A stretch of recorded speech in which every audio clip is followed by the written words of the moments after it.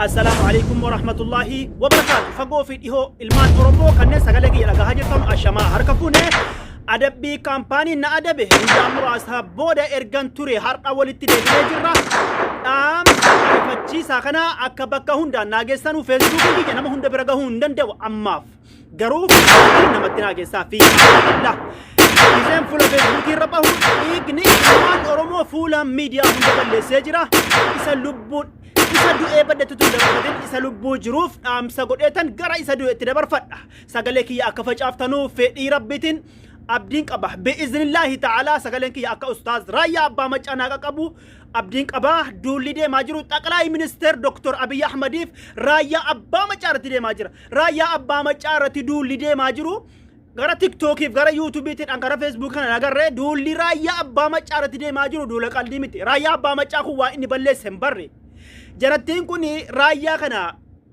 yeroo kana keessa kan du'e Oromoodha kan dhume Oromoodha kan aangoo qabu muummicha ministeer Dr. Abiy Ahmed kan jibbamu Raayyaa Abbaa Maccaati Raayyaa Abbaa Maccaa kana waan jedhe balaaleffatanuuf hin barre Raayyaa Abbaa Maccaa karaa YouTube karaa TikTok yoo agartan hin beeku malee wallahi duulli Raayyaa Abbaa Maccaa irratti deemaa jiru danuu jira kanaafuu awwamtiin dhaamu inni du'e bade osoo waa du'aa irraa seen fayyaa eeggachuu wayya Raayyaa Abbaa Maccaa kun miskiina jecha olii gadi rooraa oola miskiinaaf jecha olii gadi fiigaa oola Raayyaa Abbaa Maccaa kun yoo kaa'e Raayyaa Abbaa Maccaa kana magaalaa keessa akka arge deemaa oola Raayyaa Abbaa Maccaa kana nyaatte jedhattiin rakkataa bakka dhaqu dhaba miskiina bakka dhaqu dhaba yetiima bakka dhaqu dhabdi yoo uffata dhabde wanama itti uffisuun qabdu Raayyaa Abbaa Maccaa jedhattiin kun nyaatti adaraayaa warri Raayyaatti dhiyaatanu akka olii gadi sossoone Raayyaan kun wallahi adiyaa social media kana warri hubatta yoo jiraate warri hubannoo qabda yoo jiraate waan tokko gizee silaaltanii miidiyaa irratti waa'ee barnootaa ta'u waa'ee sirbaa ta'u waan tokko gizee laaltanii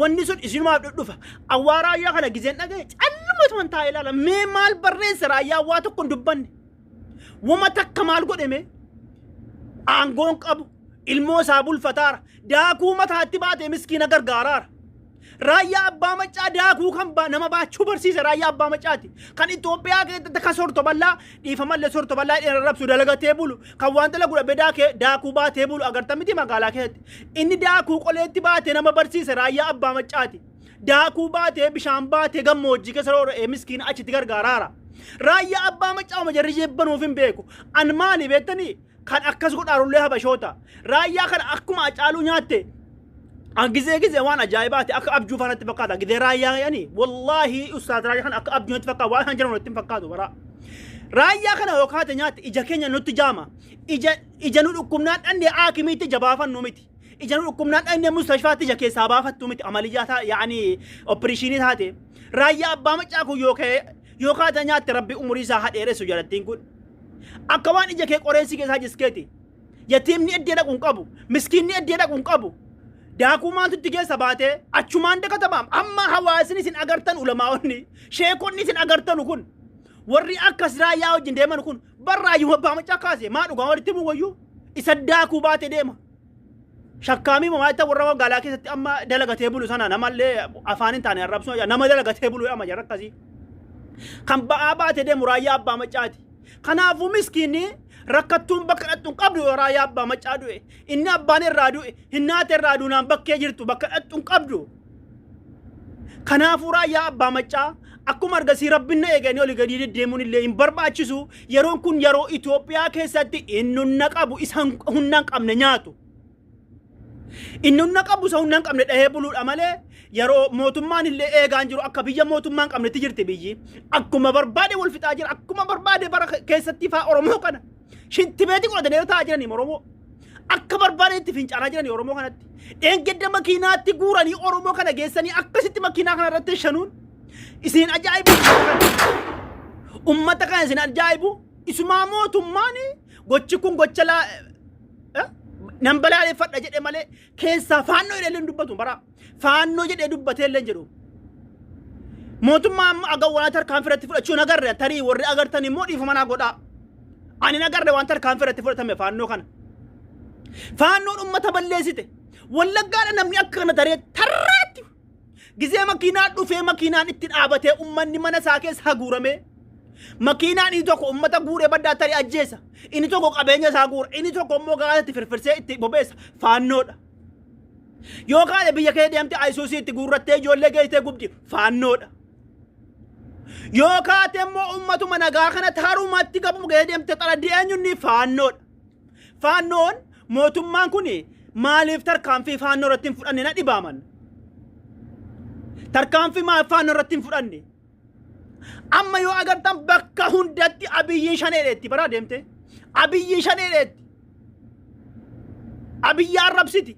Abiyyi arrabsani. Abiyyiin immoo harka jararra qaba. Hagawwanaatti tarkaanfii irratti fudhatame. In agarre yoo fudhatanii jiraatan immoo dhiifama. Ani in agarre osoo fudhatame akkana taatimaa. Viidiyoon kun kan duraati faa jedhaa jira namni. Kan ammaatti faa jedhaa jira awwaliin beeku. Gambeellatti agartaniitu miti. Wallaggatti faa agartanii miti waan jedhu goote. Faannoo kana tarkaanfii maaf halkanii guyyaa teenyatu marafnee kaane uma shanee qofa asumnaa bara uma shanee qofa. Bara ummata Itoophiyaa kana omti riba dhorke. Ummata Itoophiyaa kana bar Oromuma akka kiyyaa kana Oromuma fara warra Facebookii warra TikTokii haa ta'u warra YouTubii haa ta'u. Warra aangoota mootummaa kee jiru haa ta'u wanti riba dhorke wama shaneeti malee faannoo akkasitti makiinaa hundootti dhaabdee mana namaa keessaa qabeenya guurtee. Feetu dubartii gudeedaa abbaa warraa biratti. Feetu intala akka feete godhaa. Kaan ajjeesaa. Nama 20 moo nama 15 faa dubartii tokko guyyaa tokko viidiyoon isin hin mul'anne hin agarree isin. Akka feete godhaa akka feete jiraatti. Eengedda immoo walloo keessa deemte makiinaatti guuratti dhadhama bakka tokkotti rashanti baaraayu nama jibbisiisuu kan. Faannoo kana eengedda wallooni mootummaa deeggaruu firiira baani faannoo makaan nurraa dhorkuu jedhanii. Maaliif tarkaanfii irratti fudhanne faannoo kanatti mootummaan? Tarkaanfii laalessaa maaf irratti fudhanne? Maaliif akkanumaa guyyaa teessanii? Halkanii fi guyyaa teessanii maaf shanee boossanii? Maaf shanuma kaa jibbitan isin? Shanee dhaqee daangaa namaa cunqurse agartaniittu? Shanee dhaqee biyya namaa cabsee lole agartaniittu? Shanee Ayisuusiitti nama makiinaatti guure dhaqee fixe agartaniittu? Maaliif shaneen isaa Oromoo ta'e qofaaf jibbama malee? Waraani bilisummaa Oromoo kun maaf jibbama maquma isaa haasaa maqaa faannoo namni aangoo mootummaa isaa maqaa faannoo namni dha'u jira annan kijibee rabbiyaati maqaa faannoo namni dha'u jira eenyu maqaa faannoo dha'e takka faannoo akkasitti gootu kana yoo kaate mootummaa kana arrabsiti yookaan inni fonqolchine jedhu yookaan immoo uummata akkuma kanatti fedhe taphatanii bara Wallaggaa fi Walloon kun Oromoo miti moo Oromoo miti ummanni Oromoo warri asirra deemtanii haasaa borcaa jirtanu warri mataa keetiif miila kee waliin beenne yeroo sabni biraa dhufee Oromoo akka fedhe darasi kopheetti baafatu kana maaf callumattanii jaallattu isin maaliif uma shanee qofaa wal fixxu isin bar ummata warra aangoo mootummaa irraa jiru man ummatuma keenya nama kiyyaa kanan baana bar ummatuma keenya silaa amma nuti inni harkaan lollu inni kaan sagalee ta'aaf miti yaani qooda rabbi kenneef qaba. Asirra ta'aniitiyyi shanee balaalifatu shanee nagaan bosona haa jiru. Faannoo isa viidiyoon isaa mul'atu kana uummata rashan du'isanii. Wallaahi kun na ajaa'ibe bar na ajaa'ibe. Dhiiga keetii dhumuu dhiiftee saba biraatti akka salmitu kun na ajaa'ibe. Kanaafuu mootummaan federaala yoo biyyattii keessatti seerri jira ta'e bar amma biyya Itoophiyaa keessa mootummaan hin jiru jechuudha bar faannoon akka gochuu jechuun mootummaan hin jiru. Kanaafuu dhaamsi kiyya guddaan asirra deemtanii waa hin borcinaa. Asirra deemtanii waa waliin hin dhayinaa.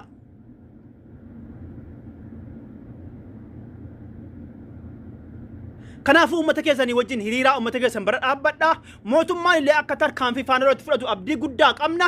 Raayyaa abbaa macaa hadiraa warri raayyaa abbaa macaa sagalee kiyya biraan geessanu. Raayyaa abbaa macaa akka arge akka gadi hin deemne akka gadi hin deemne jirattiin kun raayyaa abbaa macaa balaaleffataa jirti. Dhaamsi kiyya inni guddaan kana ilmaan Oromoo rabbiin ganda kanaan tokko nun godhi walti nu kutuullee malee waraana keessan jabeeffadhaa. Isinin jala nagaan naa jiraadhaa.